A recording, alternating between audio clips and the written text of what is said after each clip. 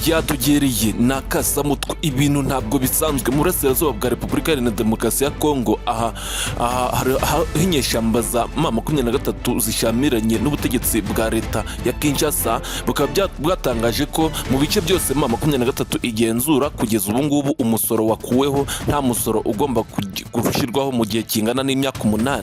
Mu gihe kandi African Intelligence yo iki kinyamakuru kikaba cyatangaje ko bikomeje kugaragara ko uyu muperezida Felix Antoine Tkisekedi Chilombo utegeka leta iharanira Repubulika Iharanira Demokarasi ya Kongo ko bishoboka ko akaba ari gutegekera igihugu ndetse ariko atakirimo. Mu mirwano yashamiranyije M23 ndetse n'abarwanyi barwana kuri leta ya Kinshasa mu mwifatwa ry'umujyi wa Uvira byabaye mu rukerera. African Intelligence mu gitondo ikaba yanditse ko mu by'ukuri uyu muyobozi Felix Antoine Tkisekedi Chilombo bishobora kuba atari mu gihugu cya Repubulika Iharanira Demokarasi ya Kongo, aho bigaragara ko yahunze bitewe n'iyi ntambara ikomeje gufata intera ndetse no kuba abayobozi bagiye batandukanye batamushaka. Ibi turaje tubisesengura akanuko kandi ese koko uyu muyobozi wahunze igihugu cye ari mu kihe gihugu? Nyuma ya operasiyo ihambaye cyane abarundi bashobora ko bavuze ko ari satani ya kabiri yabereye mu mujyi wa Uvira, ahangaha bikaba byarasatiye bikagera mu shamba rya Kibira ku ruhande rw'u Burundi, ku ruhande rw'u Rwanda hakitwa muri Nyungwe. Aha habereye imirwano ikomeye cyane yahuje Fdrl ndetse n'abarwanyi ba M23, bikaba byarangiye Fdrl isenyewe ibirindiro byabaga muri Kibirira. Kugeza uyu munsi bikaba byatangajwe ko abasirikari barenga 600 ba Fdrl bari gutorezwa mu gisirikari cya FDNB, ibingibi muri defense iri mu gihugu cy'u Burundi mu mujyi rwagati wa Bujumbura. Iyi training kandi iri guhabwa Fdrl bikaba byagaragaye ko atari training ahubwo ari amahugurwa yo gukoresha ibitwaro bya kirimbuzi bikomeye cyane byaguzwe mu gihugu cy'Uburusiya, biguzwe na leta ya Kinshasa. Aha kandi mu makuru yacu turagaruka ku nkuru yasajije uburasirazuba bwa Kongo ndetse na leta ya Kinshasa muri rusange, aho M23 iri kugenda ikomeza kwiyama ibinyamakuru bigiye bitandukanye. Aha twabaha urugero nka Radio Okapi. M23 ikaba yiyamye Radio Okapi yagikoragaho ibihuha ndetse n'izindi nkuru zigiye zitandukanye zo kuyangisha abaturage mu burasirazuba bwa Kongo. Ibi kandi bikaba byarakurikiranyeho M23 yari yangiye intumwa za Loni mu kwinjira mu bice M23 igenzura, bitewe nuko nubundi aba bari bagiye bakavuga amagambo mabi kuri M23. Amakuru yacu kandi arakomeza kwibanda ku bikorwa bihambaye cyane bibi byo kwangiriza abaturage ndetse no kwangiriza ibikorwa remezo biri gukorwa n'umutwe wa Wazalendo, kugeza ho muri rukera rwo kuri uyu munsi akomeje gutangwaza inkuru zigiye zitandukanye zo kuba abaturage bari kugenda bibwa ndetse n'abandi bakishwa n'uyu mutwe wa Wazalendo. Ibi kandi bikaba byarakurikiwe ndetse bikanababaza cyane M23 mu gihe abana bari bavuye gukora ikizamini gisoza amashuri yisumbuye bararegewe baregerwa n'ingabo za Wazalendo. 3 muri bo barishwe, barahoterwa, baricwa, abandi baramburwa ndetse abandi bajanwa mu gisirikare ku ngufu. Leta ya Kinshasa ikaba ikomeje kugenda irimbura abayobozi bagiye batandukanye bayoboraga, aho mu rukera rwo kuri uyu munsi aribwo umurambo wa General Chiwewe Christian wagejejwe mu rugo iwe. Ibingibi bikaba byatangajwe ko uyu mugabo General Chiwewe yaba yiyahuye bitewe n'ibyaha ashinjwa byo kuba anagambanira igihugu. Ibi kandi bikaba ari agakingirizo ko kugira ngo Felix Antoine Tkisekedi Chilombo uyobora Repubulika Iharanira Demokarasi ya Kongo akomeze amarire abantu kwicumu, aho ari kugenda yica bene wabo abashinja ubugambanyi bugiye butandukanye. Leta ya Kinshasa kugeza ubu ngubu ntago iremera ko yatsinzwe mu ntambara ya M23 ndetse n'abandi bari bashamiranye, aho byagerageje ko n'izindi mitwe zose yazanye mbere yuko ifashwa na Sadeke iyase ndetse n'aba banyefdrl bari bamaranye imyaka zitari mikeya bikanananirana. Fdrl nayo ikaba yatangaje ko itanze imisi ingana na 14 kugira ngo ibe yakuye Bukavu ndetse no mu bice bigiye bitandukanye M23 igenzura. Fdrl ikaba yatanze iminsi 14 zo kuba yasubije inyuma ndetse yaranduye burundu M23. Nk'uko bisanzwe ni ku mutekano, politiki na demokarasi, ikaze mu makuru yaciye kuri uyu munsi. Perezida Felix Antoine Tkisekedi Kirombo uyobora Repubulika Iharanira Demokarasi ya Kongo nyuma yaho agwa umutwe wa M23 uteye igihugu cye mu mwaka wa 2021, byagaragaye ko uyu mutwe atawushobora. Bikaba byaragaragaye mu bice bigiye bitandukanye, nkaho uyu mutwe wahereye Goma ukaba kugeza kuri uyu munsi tuvugana ugeze Uvira ku mupaka uhana imbibi n'igihugu cy'u Burundi ndetse na Kongo, ndetse akaba ari n'ubundi hari n'ikiyaga cya Tanganyika. Nyuma yaho abwiye inkuru mbi ko M23 yafashe umujyi wa Uvira, bikaba byatangajwe ko uyu muperezida yahunze igihugu cye. Kugeza kuri uyu munsi ntabwo haragaragara igihugu kugeza kuri uyu munsi aherereyemo, ariko bikaba biri kugaragara ko mu by'ukuri nyuma yaho ari kwishije bitewe n'abayobozi n'ubundi bari bayoboranye n'ubundi, bitewe nuko amaze kugera gufunga ndetse no kuba yakura mu myanya abajenerali bagera kuri 24, babiri muri bo harimo na General Kiwewe bakaba bamaze kwitaba Imana, ndetse nabo ashinja ibyaha by'intambara. Ibi kandi byakurikiye no gushinja munwanyi we yari yarahiritse ku butegetsi amutsinze mu majwi y'amatora yabaye 2018 aho yatsinze uyu Kibira. Bikaba byari byagaragaye ko Kibira nawe ashigikiye inzira y'amahoro, bitewe nuko atarakomeje kugira ngo atarashaka ko M23 cyangwa se abaturage b'abanyekongo bakomeza kumarana. Ibi kandi bikaba byarakiriwe nabi na Perezida Felix Antoine Tkisekedi Kirombo, agashinja uyu mugabo Kibira ko ari gushaka kumukorera kudeta. Ibi byakurikiyeho nkaho yakomeje kugenda asenya ndetse no gukomeza gufunga abayobozi bagiye batandukanye bo mu nzego nkuru z'igihugu, nkaho n'ubundi yafunze n'uwari ushinzwe umutekano we. Ibi byakurikiyeho no kuba yagerageza kuba yashaka abacancuro bagomba kumurinda, ariko birananirana. Abona nta gisubizo kibirimo, nibwo aho kugira ngo yavuze ati ntago arakomeza gutanga amafaranga ngo abacancuro baze bamurinde, ahubwo akaba yahisemo kubisangira iwabo.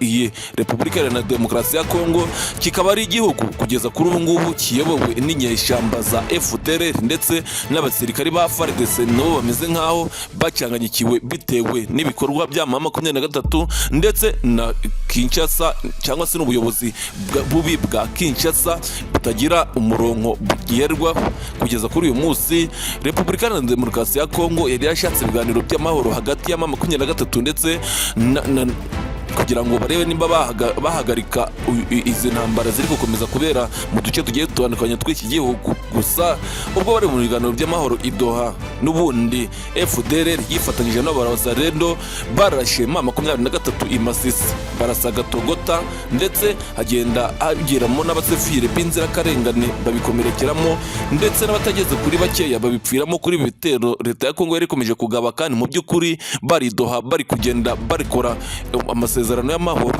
Nyuma yaho guteka imitwe ndetse no kubasha kwigarurira uduce tutari dukeya kuri uyu perezida bita Felix Antoine Tkisekedi Kirombo, kugeza kuri ubu ngubu akaba yataye umutwe, bikaba biri kugaragara ko atari mu gihugu ce. M23 mu gukomeza kubungabunga umutekano w'abaturage ndetse n'inyungu z'umuturage muri rusange, ikaba yatangaje ko muri Kivu zombi igenzura kugeza magingo aya ngaya bagiye kumara imyaka 8 nta musoro. M23 ikaba yakuyeho umusoro ku bicuruzwa bigiye bitandukanye. Urugero ni ku bicuruzwa by'ibiribwa, ku bicuruzwa by'amatungo, ibicuruzwa byose bikomoka ku buhinzi. M23 ikaba yakuyeho umusoro 100% ko nta muturage ugomba kuzongera gusora. Ibi bikaba byakiriwe neza n'abaturage batuye muri zino Kivu zombi, mu gihe Radio Okapi ndetse n'abandi bose bavuga M23 nabi. Bikaba bigaragara ko M23 yatanze itangazo ryo kwiyamara Radio Okapi ndetse n'izindi radio zose zivuga ubusa, zivuga nabi M23 zikayivuga uko itari. Kugeza kuri uyu munsi hari habarurwa abasebya M23 batari bakeya mu bihugu bigiye bitandukanye, by'umwihariko binakoreramo izi Nyarwanda zifashe umutwe wa Fdrl. Amajya Kibira aho kandi bikaba ku ruhande rwa Burundi, ku ruhande rw'u Rwanda mu ishyamba rya Nyungwe. Aha hakaba hakomeje kuba hari harubatswe defense ikomeye cyane yatorezwagamo abasirikari ba Fdrl. Ibi ibi byari byarakozwe mu mugambi wa Perezida Neva Evariste Ndayishimiye uyobora igihugu cy'u Burundi, bitewe nuko n'ubundi yari yatangaje ko agomba gutera mu mwanya we uyobora igihugu cy'u Rwanda bita nyakubahwa Perezida Paul Kagame. Ibi byatumye batangiza operasiyo zigiye zihambaye, ariko mu by'ukuri bagenda batugaba udutero shuma bagasanga intare ndetse abasirikari igisirikare cy'u Rwanda RDF kiriteguye. Ibi byaherekejwe no kuba yashaka imbaraga ku buryo bugiye butandukanye akihuza na Fdrl. Byatumye igisirikare cya Fdrl n'ubundi gikorera mu burasirazuba bwa Repubulika Iharanira Demokarasi ya Kongo n'ubundi cyari gisanzwe gikomeye kirinda umukuru w'igihugu, cyane ko mu mwaka w'igihumbi kimwe magana cyenda na mirongo icyenda n'umunane aribwo iki gisirikare cyasize gihekuye u Rwanda kivanze mu ngabo za FARDC. Kugeza uyu munsi bikaba binagaragara ko igisirikare cya Fdrl aricyo gikomeye kurusha igisirikare cy'igihugu cya leta ya Kongo. Ibi kandi byafashe intera bituma bagenda bagura imitwe zigiye zitandukanye, cyane ko hariho na Fdrl zikorera muri Tanzania, izikorera mu bihugu bigiye bitandukanye byose by'ubuturanyi, muri Uganda biziriyo ndetse n'ahandi mu bindi bihugu bigiye bitandukanye. Hakaba bakomeje kugenda hagaragara abasapotinga uyu mutwe mu by'ukuri bawuha intwaro ndetse no gukomeza kuwuha ibitekerezo ndetse no kuzawufasha gutera ku mugambi wabo wo kuzatera u Rwanda. Ibi bitero bikomeje kugenda bigabwa ku butaka bw'u Burundi, bikaba biri gukorwa na M23 ndetse na Twirwaneho mu buryo bwo gukomeza kwiprotectinga ndetse no gukomeza kwirinda ibi bitero bikomakomeye bigenda biva hagati y'ingabo z'abarundi ndetse n'abacancuro. Iki gihugu cy'u Burundi kandi kikaba kimaze kuba icyambu kigenda gicishwamo ibikoresho bigiye bitandukanye ndetse n'abasirikari baza kurwana mu gihugu cya Repubulika Iharanira Demokarasi ya Kongo. Iki gihugu kandi nyuma yaho u Burundi bwihuje n'igihugu cya Demokarasi ya Repubulika Iharanira Demokarasi ya Kongo, ahangaha bakaba byaragiriye akamaro cyane igihugu cy'u Burundi. Zahabu zaturukaga mu gihugu cya Repubulika Iharanira Demokarasi ya Kongo zigaca mu Burundi zikurizwa rutema ikirere zikazihanirwa ba Rugigana. Ibi byatumye Perezida Evariste Ndayishimiye wari usanzwe afite indege imwe nayo yari iri mu igaraje, bitewe nuko yari yaragize ibibazo bikomeye cyane, byatumye agura n'indege ndetse anagura n'ibikoresho by'intambara, ariko akavuga ko ibi byose bigenderewe kuba azatera igihugu cy'u Rwanda agakuraho leta mbi. Mu gihe Repubulika Iharanira Demokarasi ya Kongo Kinshasa hari kugaragara imyigaragambyo ikomeye cyane yakozwe n'abaturage, bitewe nuko abaturage bari kuvuga ko bakeneye umucunguzi, bakeneye ko Perezida Felix Antoine Tkisekedi yava ku butegetsi. Ni nyuma yaho abo baturage batuye Kinshasa bumvishe inkuru nziza ko M23 bitewe nuko no kugira ngo ikomeze izahure igihugu cya Repubulika Iharanira Demokarasi ya Kongo, ko ibice byose igenzura nta musoro uzongera gutangwa ndetse hagomba kubahirizwa uburenganzira bwa muntu ndetse n'abantu bagacungirwa umutekano 100%. Bikaba byarangiye havutse imyigaragambyo ikomeye cyane mu gihugu, mu mujyi wa Kinshasa, ahantu mu murwa mukuru w'igihugu cya Repubulika Iharanira Demokarasi ya Kongo. Ibi kandi byakiriwe yombi n'abantu bakomeje bumva neza ndetse banakunda M23 mu burasirazuba bwa Kongo. Ibi kandi bikaba byabaye inkuru mbi kuri Perezida Felix Antoine Tkisekedi kugeza kuri uyu munsi wibereye mu buhungiro. Ibikorwa biteye ubwoba biri gukorwa na Wazalendo ku gicamunsi cy'ejo, ubwo abanyeshuri bari bavuye gukora ikizamini gisoza cya leta. Wazalendo ikaba yarahohoteye abanyeshuri bagera ku 10, 3 muri bo bakaba barishwe, abandi 5 bakajyanwa mu kigo cya gisirikare ngo baje gufata imyitozo yo kuzatabara igihugu ku ngufu. Abandi bana 2 bakaba batashe ari interi. Ibi bikaba bikomeje kugenda bigaragara ko Wazalendo ndetse na Fdrl bakomeje kugenda bakorera urugomo abaturage b'abanyekongo. Ibi kandi byakiriwe nabi nk'imasisi, aho hari haravutse n'ubundi umutwe w'amabandi wazaga gutera nijoro abaturage ndetse ugasenya ibikorwa remezo. Mu gihe hari mu gikorwa cy'umuganda cyabaye tariki ya 22 kugeza ku kwezi turimo, kigasanura ibikorwa bigiye bitandukanye n'ibikorwa remezo. Mu gitondo cyo kuri uwo munsi ukurikiraho nibwo hafashwe amabandi agiye atandukanye, amwe yari barishwe ndetse bitewe n'uko bagendaga barica abaturage ndetse bakanabasahura. Hagati aho kandi ntabwo twakwegirwa kubabwira ko mu buryo bwo kugira ngo Perezida Felix Antoine Tkisekedi akomeze kudefanda amakosa ye, akaba yarimbuye ndetse bikomeye cyane, akaba yishe generali bita Kiwowe Kirisitiya. Umurambo we bikaba biri kuvuga ko wagejejwe iwe mu rugo mu gicamunsi cyo kuri uyu mugoroba. Ibi bikaba byatumye igihugu cya Repubulika ya Demokarasi na Demokarasi ya Kongo ndetse n'abayobozi bose bafatanyije kuyobora iki gihugu bafatanyije na Felix Antoine Tkisekedi Kirombo bagira ubwoba bukomeye cyane. Nyuma yaho umutwe wa 23 wigaruriye imiji igiye itandukanye imwe mu burasirazuba bwa Kongo kugeza ejo, ikaba n'ubundi mu mirwano yarayibaye, ikaba yari yigaruriye umujyi wa Uvira.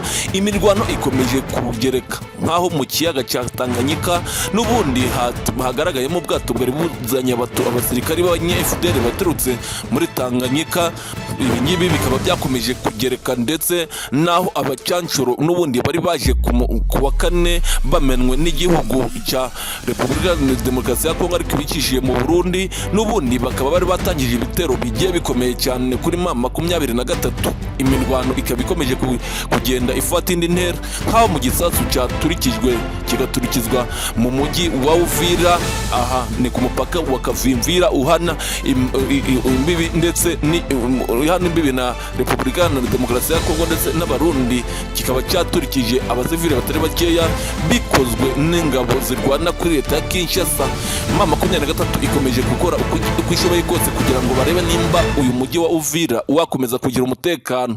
Mu gihe kandi waba warakoze subscribe cyangwa se nimba utarakora subscribe, shandi comment, ibyo bikora akakanya kugira ngo update zacu zaka kanya kugira ngo ntizikaje zera gucika, tuje tukomeje kuza kugendana mu makuru yacu yo ku munsi. Amakuru yacu nakagaruka, murakoze cyane nkuko bisanzwe aha ni kuri Magic Info.